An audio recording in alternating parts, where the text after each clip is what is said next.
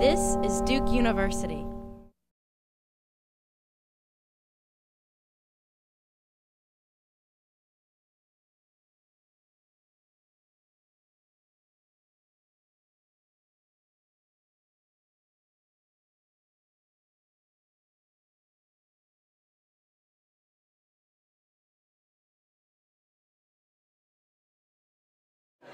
All right, will you take our seats, please? How's lunch? People came back after lunch. It's good. That was probably the nice layup that we had right before lunch. So what's the difference between movies and diapers? This is the interactive part. I've heard that after lunch, things need to get a little bit more interactive.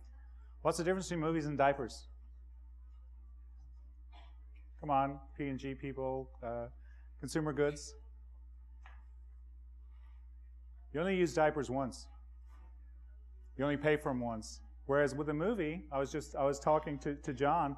I was at a hotel in San Diego, and I was interested in this movie. And I went ahead and I bought it for $13.99, and I fell asleep. So I'm going to go and I'm going to buy that asset again when it comes out on some distribution channel where it's at the right price point for me. So you have this notion of an asset that can be re-leveraged and re-monetized over and over again. So part of the question about, well, it's costing money to make a movie, and then how do you work the revenue model? That's exactly what the next session is all about, is how money is made, right? What the economics looks like for a movie, and we've got two great speakers to talk about that. The format's going to be a little different. So John Calkins from Sony is going to come up and give a little bit of a presentation that kind of lays out numbers and how this works, et cetera, et cetera. And then John Larry and I will start a conversation about Legendary Sony, how it works, and then we'll open it up to you, as promised, as soon as possible. So without any further ado, John Calkins from Sony. Thanks. Just, that's advanced. Yeah. Let's go back. Okay. In the vein of things never changing, I actually shipped my slides off at the appointed time for my homework to Professor O'Driscoll here, had a flashback, and then this morning got up to try to figure out what I was going to talk about. So these things may not exactly sync up. We'll have to see, but at least they're there.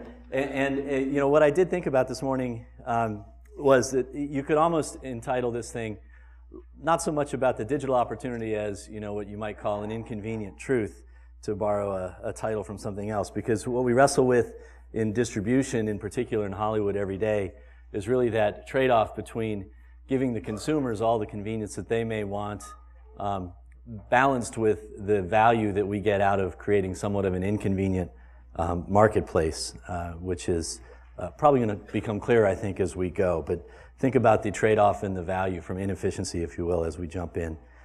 I was also, I presented this slide. We'll skip by George Burns there. It's too old for this crowd. Although where your diaper joke was going, I was getting a little nervous as well, frankly. I did a run through an earlier version of this particular slide in Paris a couple years ago. Was advised by the Parisians that this actually isn't French, it's New Orleans French. So we'll give it another shot anyway with a friendlier audience perhaps.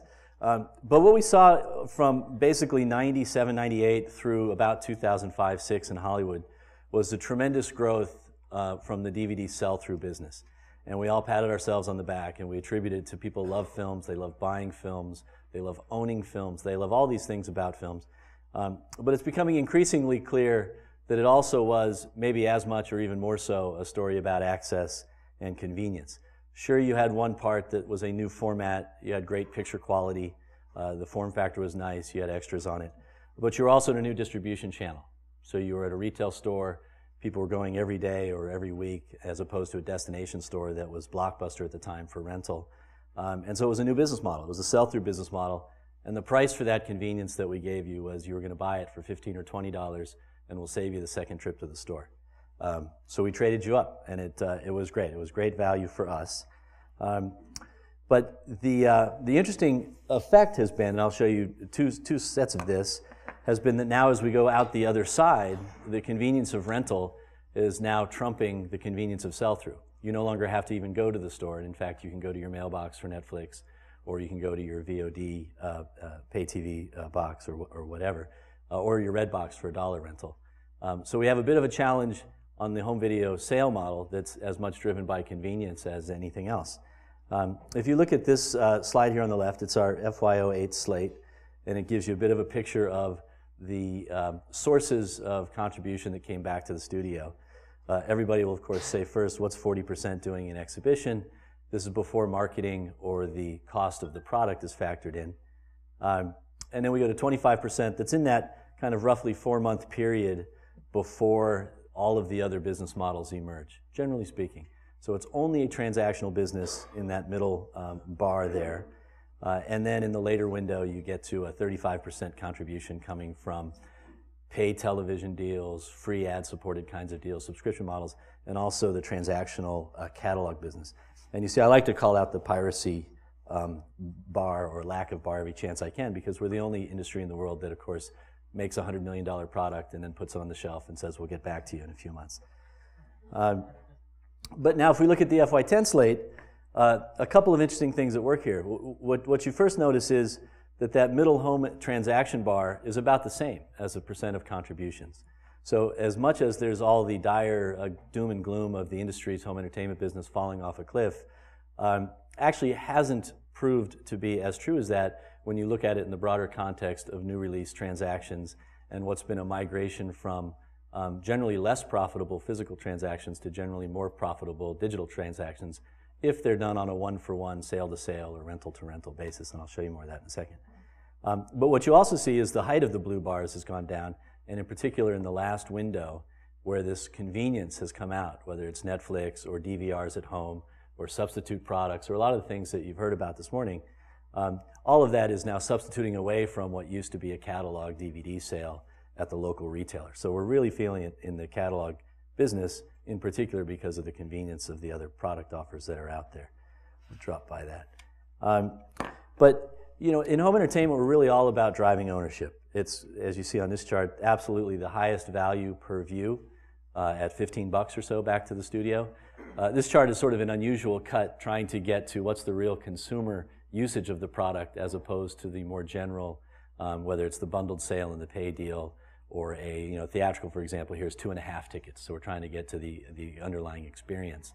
But you can see that the physical rental bar there in the middle at $1.25 or so, clearly trumped by the VOD at $2.75. Everything's beaten by ownership, and then the later windows, as you would expect, when it's bundled with a particular network or service brand, far less value on a per view basis.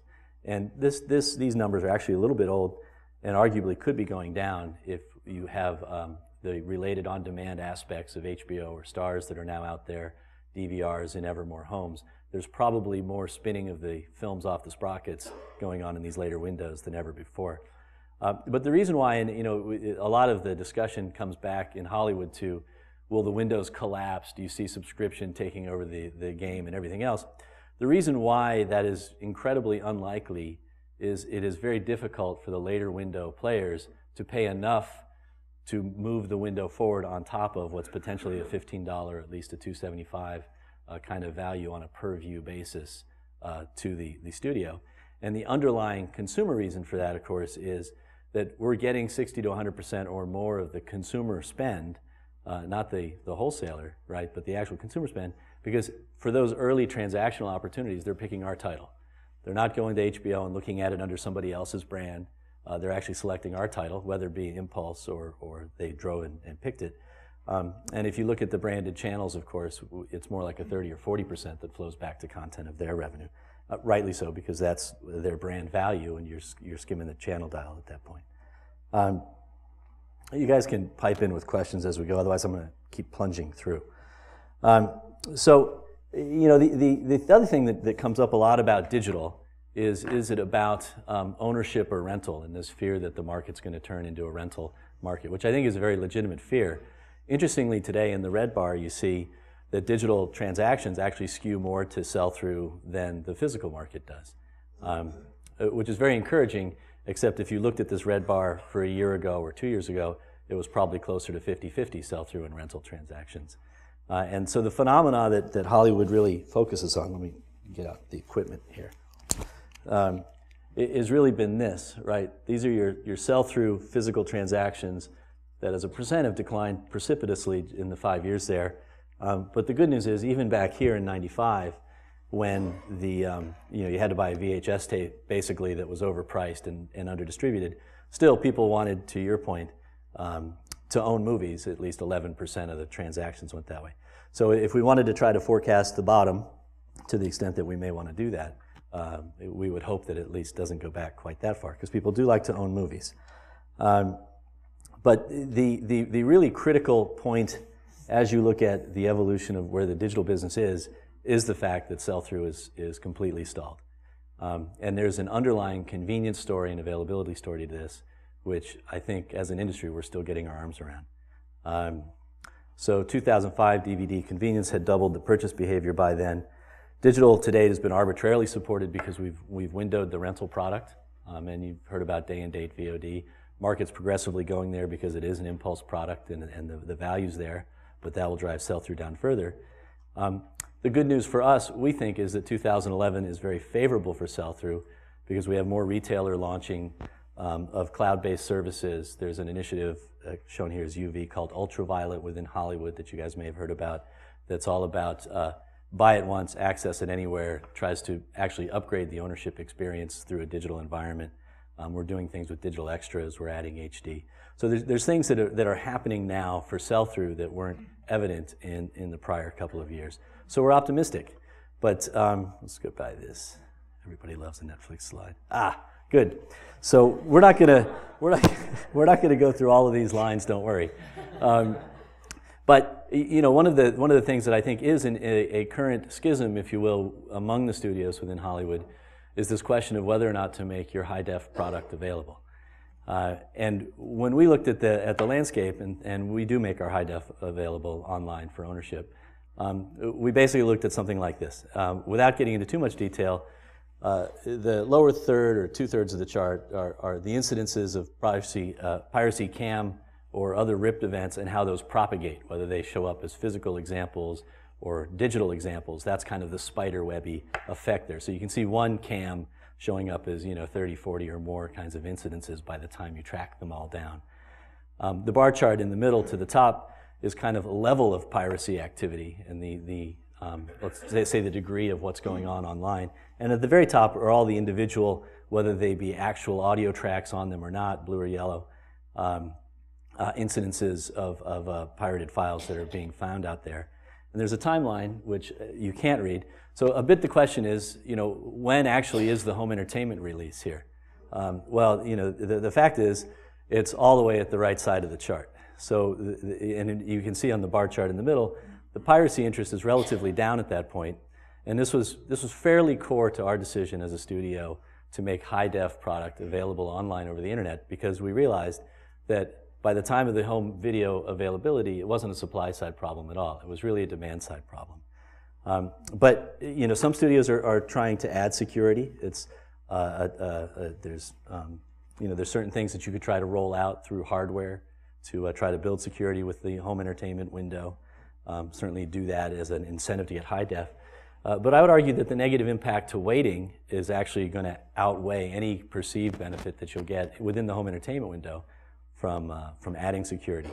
In particular, this ultraviolet initiative that I just mentioned, which 5 of the 6 studios are backing, which is looking to release product in the middle of this year. On the current path, we'll have half the studios releasing high-def product for ultraviolet, and the other half with this supposedly future-proof technology that's the greatest thing for sell-through since sliced bread, would be in standard def, which is a terrible consumer proposition, especially for that customer that's interested in ultraviolet, try to explain that kind of product concept. We also saw in music adding security didn't work very well unless you add some real incremental value or features. And as I covered, it's really not a supply-side problem at that point.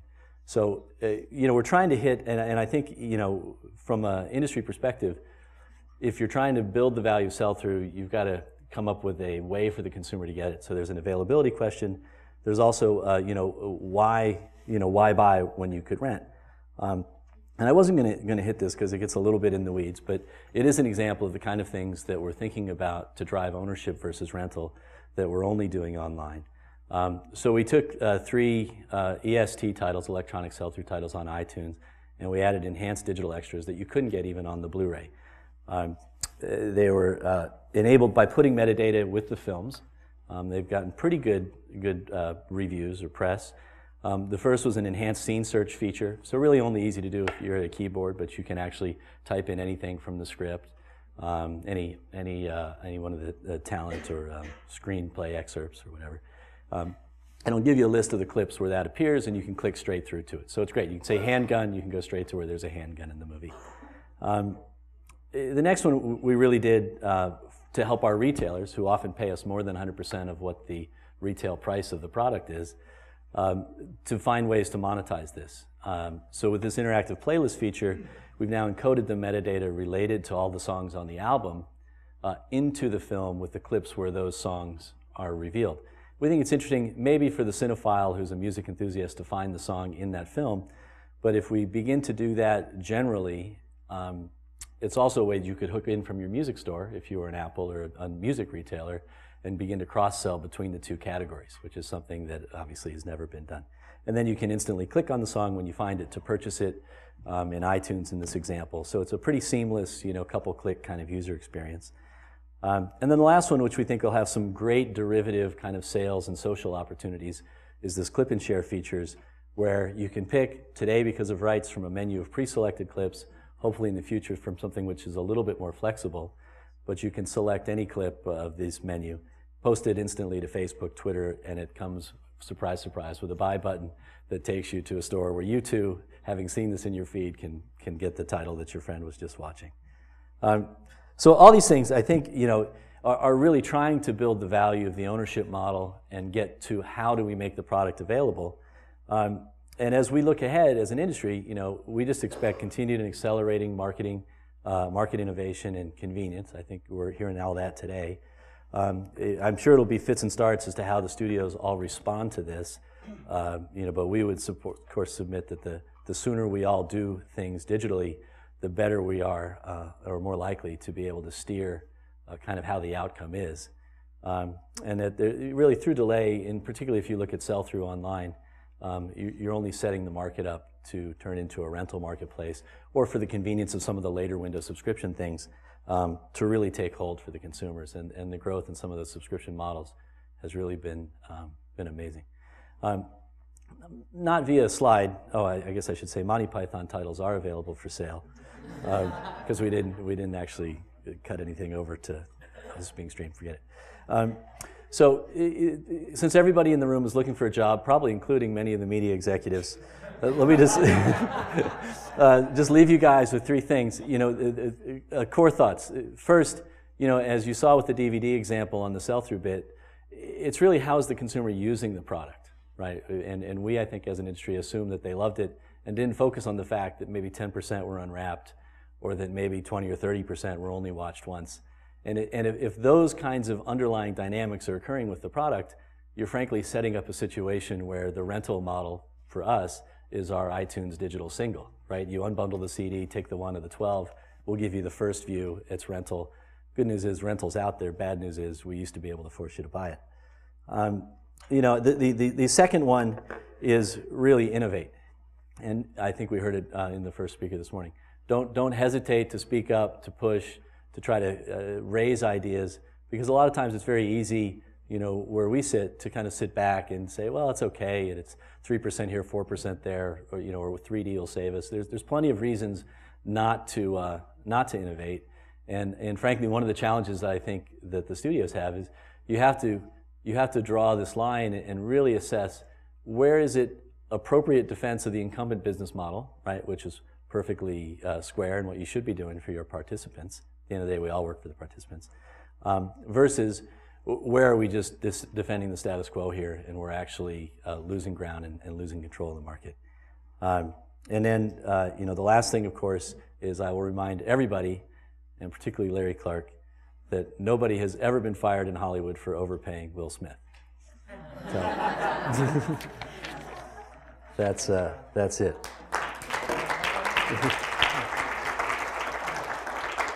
So we're over here. All right. unless you're the CFO. No, even then, I think you can still Unless you're the overpay. CFO? Yeah, Right. no, I think you can. Okay, so couple of tensions. We all hear about access versus ownership, all right? And then we hear about convenience on the one side. John, we both talked about this as we're setting up this conversation. On the one side, the consumer says, well, if I can get access and have it in a cloud when I'm in that hotel in San Diego, I don't need to do the $13.99 through the hotel. Right. So for me, that's cool. That's convenient. And the interesting thing we talked about in this whole discussion, if when you look at these windows and you look at the inefficiency in them, as business students, it's all about running the regression, finding the best way, the most efficient path. But in this case, what's efficient and convenient for the consumer kind of runs a little counter to the mechanics and economics of what goes on. Mm-hmm. So there's this ongoing balance. Does this ever stop? Is it just another wave of technology comes and you're moving from one model to the next and you're just having to manage, like you're saying, protect your business model to the point where it makes sense and then move away? Any thoughts on that? Yeah, no, we think about it all the time. The short answer is probably it never stops. Okay. As long as you're delaying the product in some markets and you're not perfectly out there everywhere, you're making decisions and you're deciding based on technology, support, business model, what the economics are.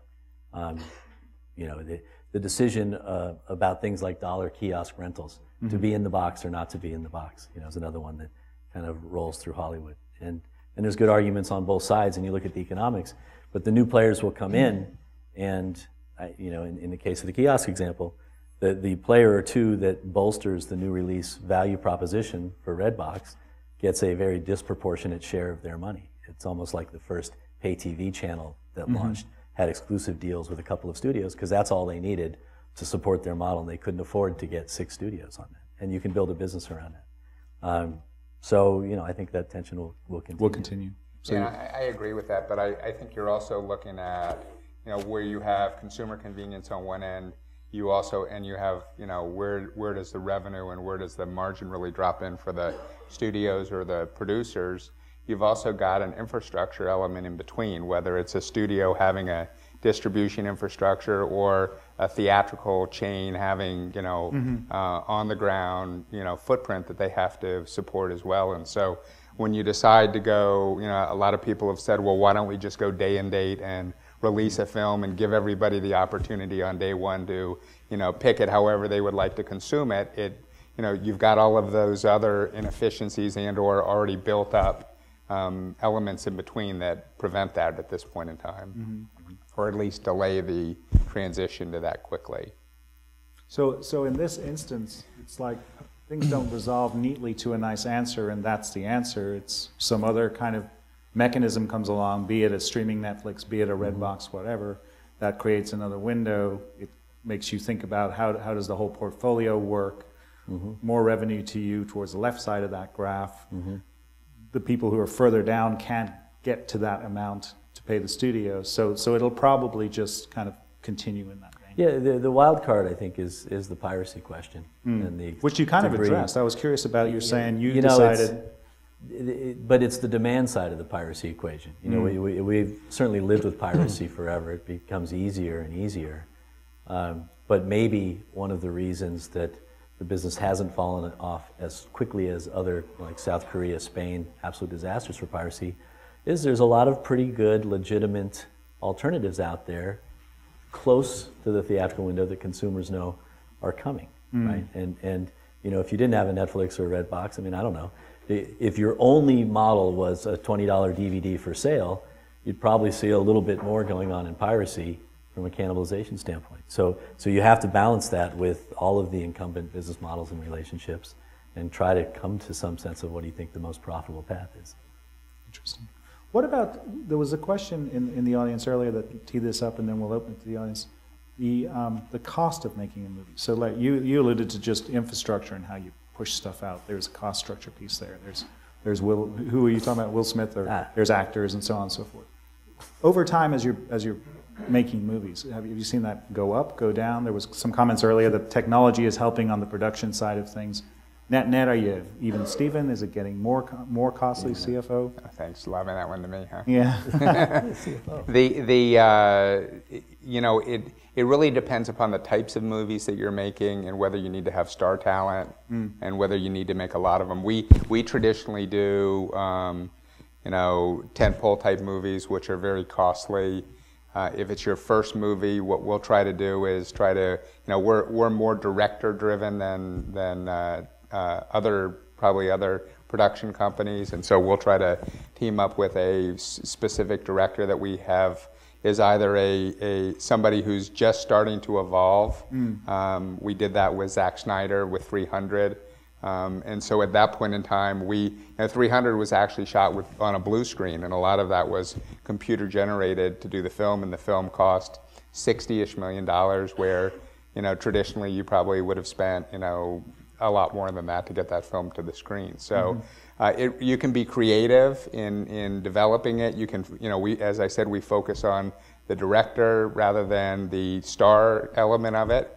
And a lot of the additional costs that you're referring to are really driven by the talent, arrangements that you have to make, whether it's Will Smith or somebody else that, that demands a high upfront, above the line portion as well as a carried interest in the film. But it is, if it's of any comfort, at all, as we go into sort of a, flat to maybe down phase in some of the windows, it's a pretty elastic model.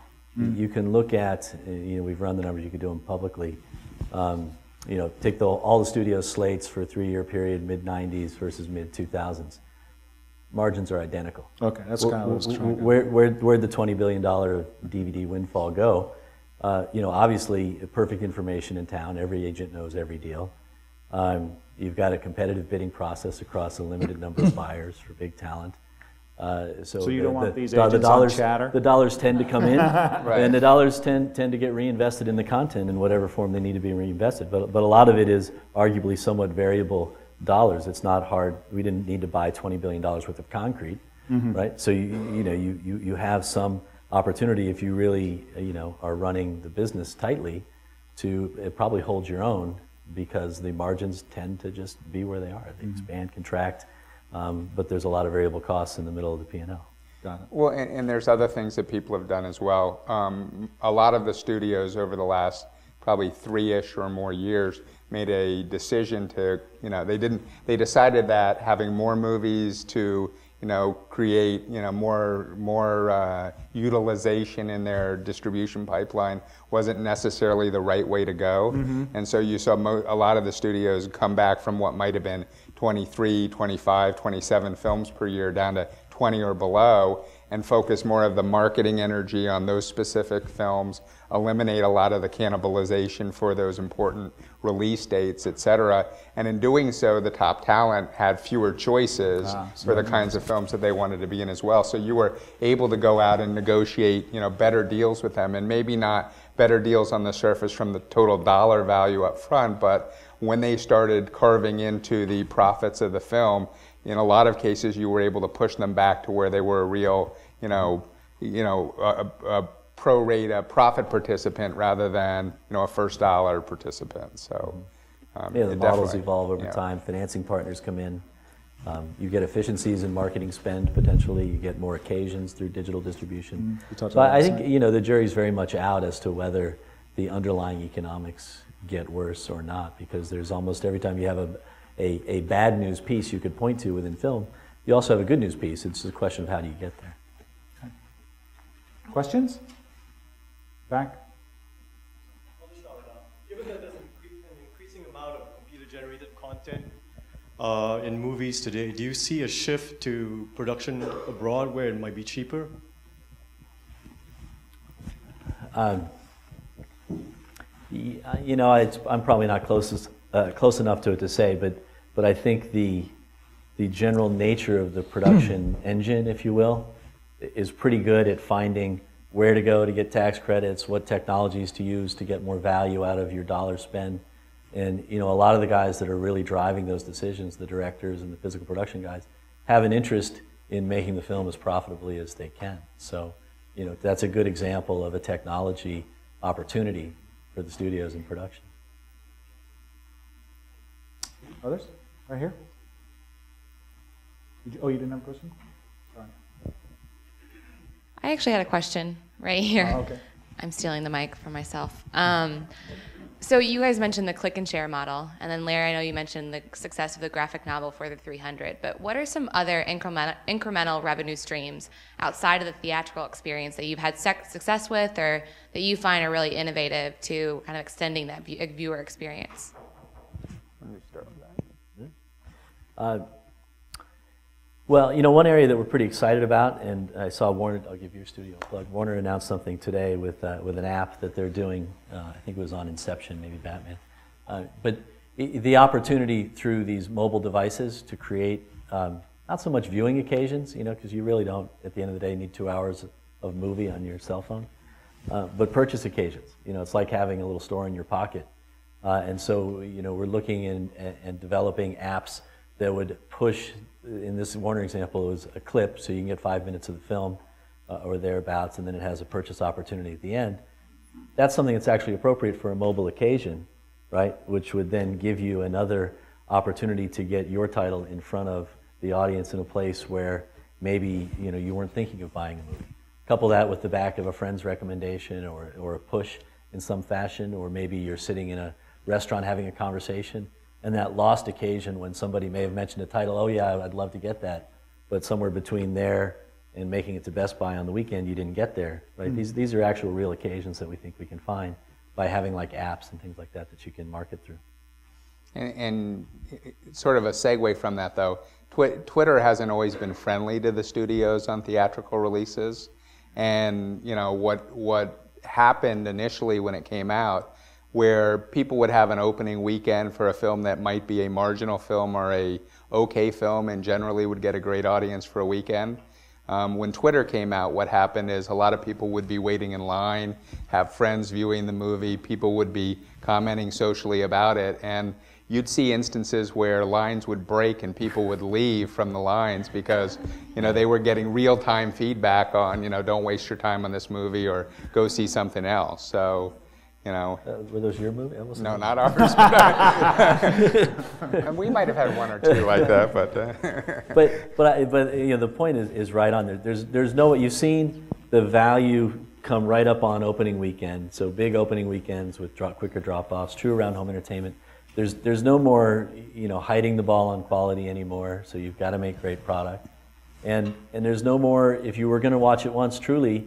There's no more getting $15 or $20 out of you because you didn't know if it was going to be on VOD at home or you didn't want to drive to Blockbuster twice. So there's really, it's almost like with digital, there's nowhere to hide. And if half your advertising money is wasted, the old adage in advertising, well, soon we'll know which half that is and you get the other half, unless we can figure out how to target better, right? Mm-hmm. Yeah, yes, in the back here.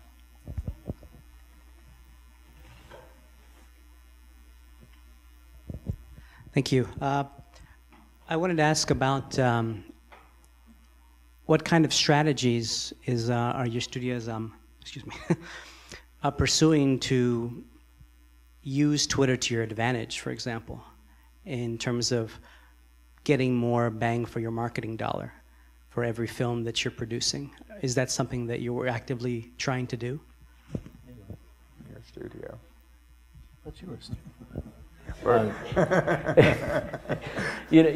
think pretty much every studio at this point has a head of digital marketing. We certainly do, and they are 100% focused on these interactive platforms. Twitter, certainly among them. A lot of the action has been Facebook, of course. The web, having a vibrant web presence, an app that releases when you start the campaign, teaser, trailer campaigns that are socially put out there. And it's a creative group of guys. I couldn't even do it justice to describe how they do it, but it's very much front and center, and every year a bigger proportion of the overall marketing budget for a film. So if more budget's going that way, is it because it's yielding value on the first? Yeah, okay. Yeah. The perception is you get good return, good read for where your dollars are going, and it's sort of again managing the overall pie and the spend, but a bigger piece of every campaign as we go. Is moving towards the social media side. Yeah. Right here.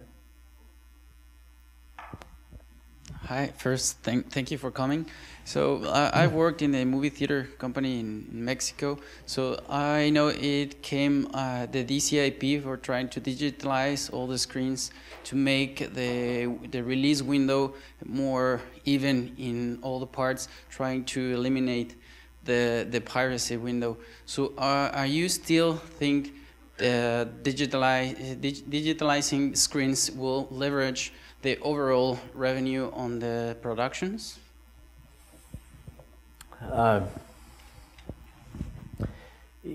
We probably look at it as much as a cost savings opportunity over time to get away from prints.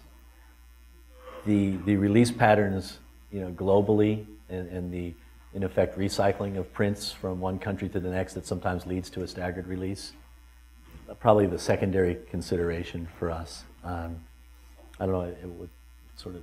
No, I think that's exactly right.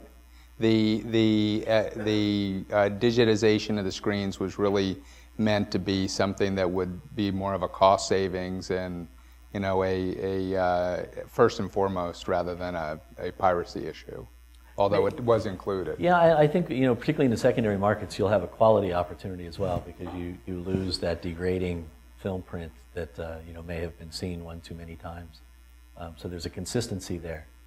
But for the most part, it's really modeled out more from the cost side. Any other? Question I had is, so on the marketing side, you can see how social media can add value. But then if you start going to some of Howard's charts about where people are spending money on media, and you start seeing things like games, and the question about, I know you got into comic book type things, and we see superheroes, right? Whether it's Spider-Man or Batman, maybe even moving into popular games, becoming movie content. That there's this kind of transmedia type. Like, where do you think all that's going to go? Is that just a taking an option, or is it kind of a strong trend in terms of tracking what other big uptake on a big game, Mass Effect, for instance? Saying, oh wow, there's a play there for a movie.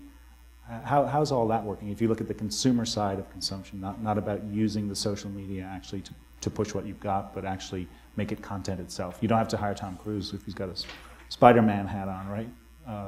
Is there any strategic intent in kind of moving away from that cost structure with the talent, like you're saying? You're focusing on director, but now I'm talking about just content that comes from other areas. That makes sense in a movie context. I mean, it sounds to me like what you're describing is that trade-off, and it's a bit of an equation between kind of recognizable brand, talent, right, good storytelling, all those things that add up to make a successful product. We've certainly, that's kind of how the business runs. The notion or the accessibility of, if you take a big game, I think our development executives probably aware of the big games. So I wouldn't see it so much as that, where you have a big game that now you substitute out the talent because you found it where historically you wouldn't have found it. I think that sort of works. The games that are sort of the interesting phenomena, or the second layer, the ones, or the things that are getting surfaced on YouTube, or people that develop a following on YouTube, right, where you might never have come across this person or this IP or something like that. And I think those things are increasingly better surfaced now with all the technology. I don't know though that I would still make that second leap into that somehow changing the approach to the development of it. Yeah, it's just one factor. It feeds into the system. Yeah. You maybe a little bit more about kind of the nature of the IP, or you can say, yeah, this guy had a following of 100,000 people in Kansas. It still tells you something. Right. Gotcha. But at the end of the day, you're coming back to what's the overall mix that's right, and do we need Tom Cruise or not? So you might have more transparency in any one of those, whether that's the director or the talent or the storyline and so on and so forth. And you have more opportunities, frankly, for feedback during the process too. And to some directors like to do that stuff, some don't. And it varies, and it's still very much a creative endeavor. And I think it's going to be sort of fits and starts as some of this stuff gets embraced. But it is something that's looked at, because now you can have more access. Larry? No, I think that's correct. We actually do look at making certain movies that are related to games. we don't think that a big game just naturally makes a good movie. Right. But we think that there are some games that are, that have a deep enough lore and mythology and, and material around that to, create a compelling, or potentially create a compelling movie out of it. But it really is that, do you have a story? Do you have a following? Do you have the right kind of talent package that you can put together, starting with the writer, to get content that a director can make into a compelling movie. Becky. Yeah, no, just sort of a two-part question, but going off something you guys said earlier about, the audience being more discerning now because of that real-time feedback and because of the sort of the way that word of mouth quickly spreads, good or bad.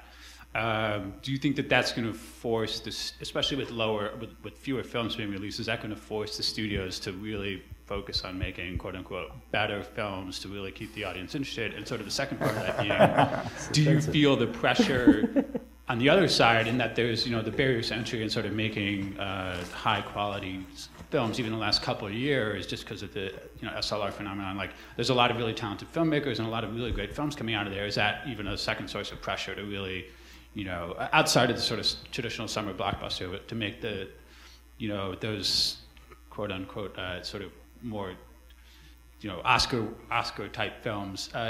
Do you feel pressure from those sides, and what do you think the future of that's going to look like?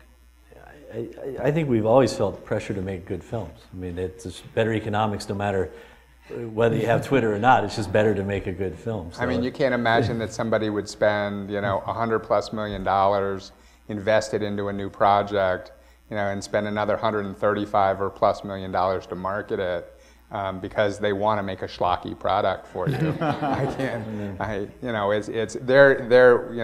There's a resource constraint on the right kind of material that makes the right kind of movie, and the assets that are able to put that together from whether it's writers, directors, or otherwise, and the people who are in the business have to package that and bring that together at the right time, because people obviously have different pulls on them to do various projects, and create the most compelling product for you, and try to get it out there and released in a window when people are going to go see it during, at the most advantageous time. That we're doing the best we can argument. Well, yeah, we are. But if you look at from an independent filmmaker point of view, I think the music example is a really good one. There was an explosion in albums released, digital albums, from like 2000, I got to remember when my stat was from, like 04 versus 07. 30,000 albums in 04, astounding anyway. 78,000 released in 07. And that's because the hurdles to getting distributed had fallen so dramatically. Now, you certainly can't say all those were the same quality or the quality was going up, but there were certainly more of them out there, right? And people were able to find paths to market, and I think increasingly in the film business, you can find paths to market. It may not be the traditional theatrical release. Maybe it's, maybe it's a cable VOD kind of path that you're taking.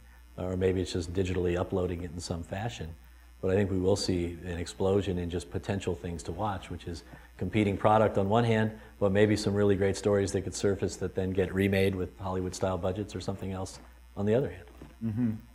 So there is a marketplace emerging because there is the user-generated content channel, but that then in turn can be a vetting mechanism to get into the more nuanced and kind of high finance side of movie studios. Yeah, and I think the user-generated content is creates confusion as well. You have such a plethora of content out there. Unless there's somebody to filter it for you, you basically are using up more of your limited time to actually go through and make choices about what you want to watch and whether you're satisfied with the content that you're seeing. I do think that when you go to the movie theater or you pull up something on television or otherwise, you have a better idea of what it's going to be for that hour of time consumption that you've got allocated to watch or otherwise, and it might be a better value proposition. One of the things that's interesting that we looked at is, if you start thinking about organizations outside of entertainment and media, and you start talking about at the end of the day, strategically speaking, companies are about orchestrating resource and capability around endeavor. And at a place like an IBM, 400,000 people, it's like, okay, we'll put a wall around these folks and we'll organize them. But if you looked at the Hollywood model, it's like Spielberg has an idea, he knows who to call from, I don't know, an art and creativity perspective, he knows how to go get the financing, that it's more about loose coalitions around opportunity that come together, convene, create, and then kind of evaporate back out. And that's just seems to be the nature of that business, that there's nuance and there's relationships involved, and there's kind of a convergence of capability, but then it kind of falls apart and comes back and falls apart. Do you think that some of those models, even though they might be perceived, you know, in kind of our terminology of coordination costs, they're higher, but you get a more creative output as a result of this kind of more organic and messy process, you know? Because in a way, it's back to this convenience and efficiency on the consumer side, but back to the question of, you know, nobody wants to make a bad movie, but you have to take into account these four components. You have to take into account the transparency, and then you have to take into account the timing, and so-and-so wants this particular piece of talent, whether that's a creative talent, whether that is a movie star, and it just doesn't all come together. You hear all the time, I bought the option on this script, whatever, 15 years ago, but I just had to wait for this piece to come in. Do you think that that messiness helps the creative endeavor, or is it just a source of frustration for you as studio execs? Well, I'm on the distribution side, so it seems we get plenty to distribute. Yeah. It seems that the technology overlay of this, or the ability for people to connect, makes it easier. Should only help the messiness. Yeah. Whether it results in better product is kind of hard to say. It depends on how well the development process generally works on filtering out the top candidates. But you know, in theory, you could find you know, that second tier of talent, you know, coming together around something that was a social network that might never have happened. Whether they can then get distribution is a different channel. Yeah. And funding in a meaningful way if it's a bigger project. Yeah.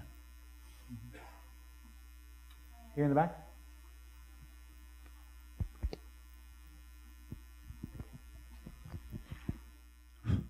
Legendary Pictures, excuse me, is releasing a graphic novel set, Legendary Comics. Are you planning on doing it in traditional media or in digital, and maybe eventually turn them into movies? It's a great question. We did just start a comic book division. We're looking at it in probably a slightly unique way. It's not necessarily going to be a meaningful revenue generator for us. It's more of a IP creation element for us. So we want to create very compelling comics that ultimately will convert, you know, and it won't convert on a one-for-one basis, but we're hoping to convert a high enough ratio of those comics into motion picture product and or television product. And why start there? Do you see that that's just a creative process? You get you can for a limited investment get access to our type of demographic. Got it. And you really get the opportunity to test the market with different ideas and, you know, different creative stories, and develop that type of a brand for a motion picture product if you can convert it into that. Interesting. We're also, you know, able to bring, because, you know, Legendary to a certain extent has developed its own brand right now and is continuing to do that. We're able to bring some of the top writers for a reasonably, you know, economic prospect to do that. So, so there's interest in that as a no, that's correct. Back here. I was going to take it to a personal level. Now that Oh you no, guys are Nina's both, taking it to a personal level. both of you being Fuqua grads and having your 10+ year anniversary here, wanted to know if you can talk about the capabilities and what makes you successful in the industries that you're in. I think our students want to know, first, how do you tap into it, and what's success look like in terms of qualities and capabilities? You get to start on that one. Well, I can start off with you. You know, it'll sound a little canned, but I think, you know, we heard a lot of it this morning. Flexibility and being pretty data driven in how you go about your day. The studio industry in particular has tended to be a very cottage kind of business, and you kind of grow up through the ranks. And if you come in with an MBA, it's just right there, a slightly different cut, but usually you don't have the same, or at least I didn't have the same depth of background, on the product or the content.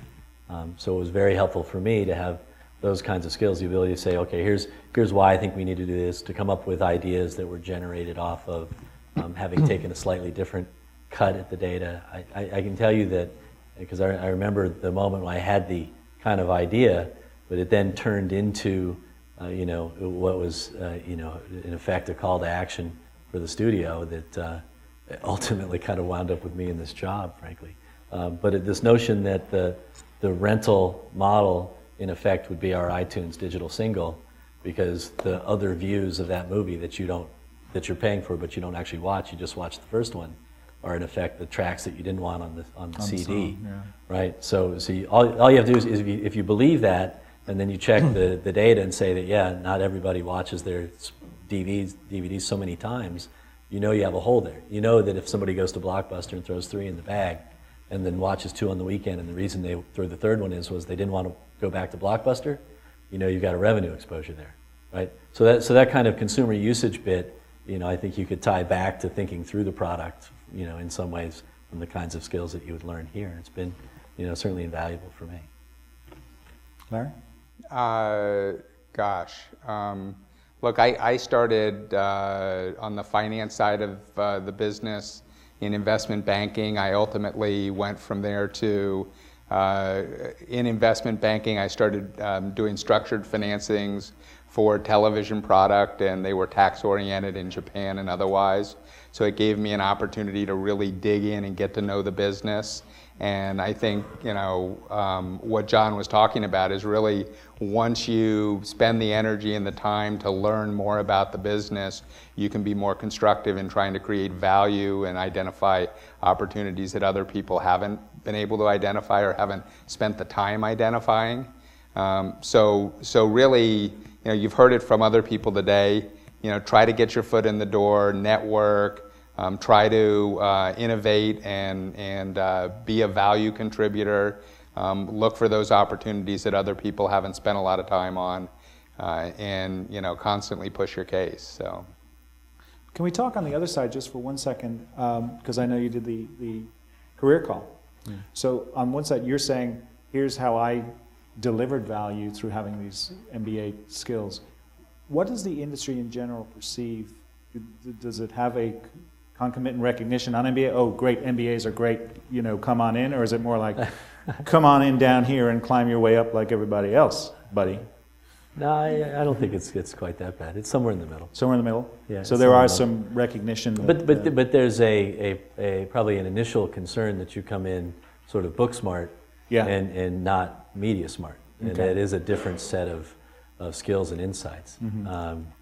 And so those people that are successful coming in will tend to either have some knowledge specific to, I can help you with a financing thing, or kind of quickly find some traction with what's the underlying force at work. With the digital cinema thing, for example, we started an alternative content distribution label that we call Hot Ticket.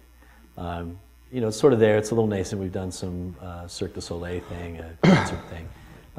But the idea was, with digital cinema, the side effect of digital cinema is complete flexibility as the exhibitor in what you choose to put on the screen. Mm-hmm. And there's no longer a $1,300 print in the way of a content owner and the screen, mm-hmm, right? So automatically, because you saw it in books and you saw it in music, some of the shelf space goes away from the majors and towards the independents.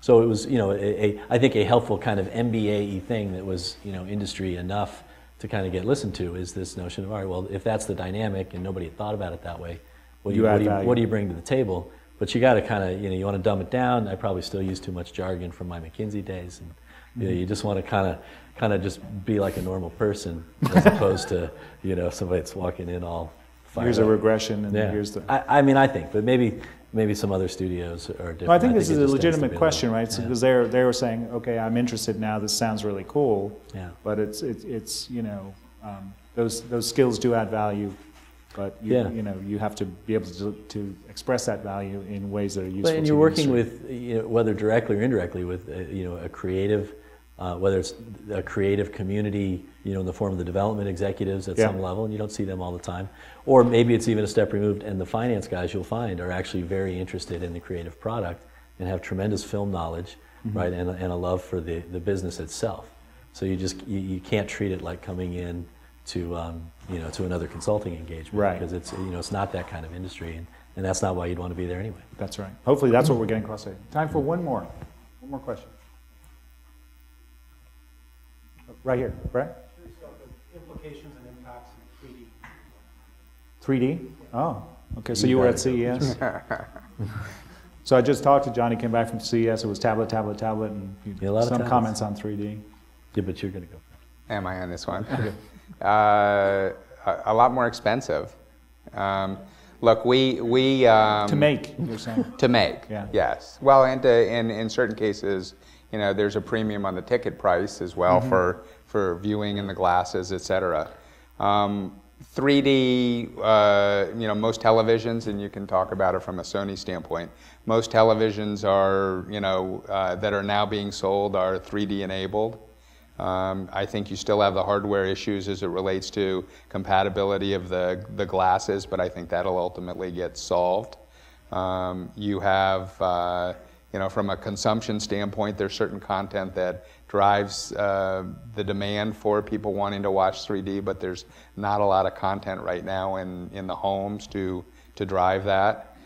We personally believe that a lot of our tentpole type films, whether it's The Dark Knight or otherwise, will ultimately be converted to 3D to help drive that absorption on the other end. But who knows? I think the jury's still out. But yeah, I don't think most of the TVs are being sold as 3D now. But it's a modest cost upgrade. I think there'll be a lot more traction this year.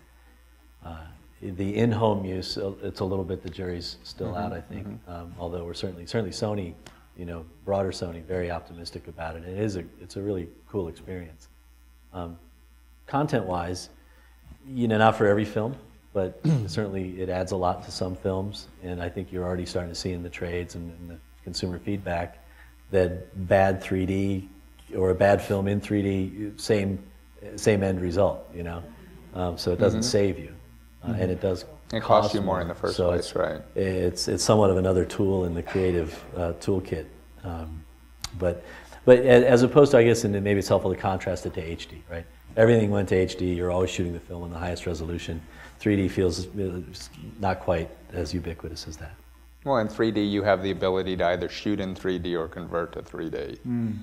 There are a lot of directors who haven't shot in 3D before, and so it changes the method for actually shooting. It requires different setups for the scenes, etc., and it's a more costly process overall. So you'll see 3D in our new Dark Knight film and some other things, but jury's still out overall on Okay, that was an hour on movies. So we're going to take a break now, and we'll be back for our last two sessions. Thanks to John and Larry. Produced by Duke University, online at duke.edu.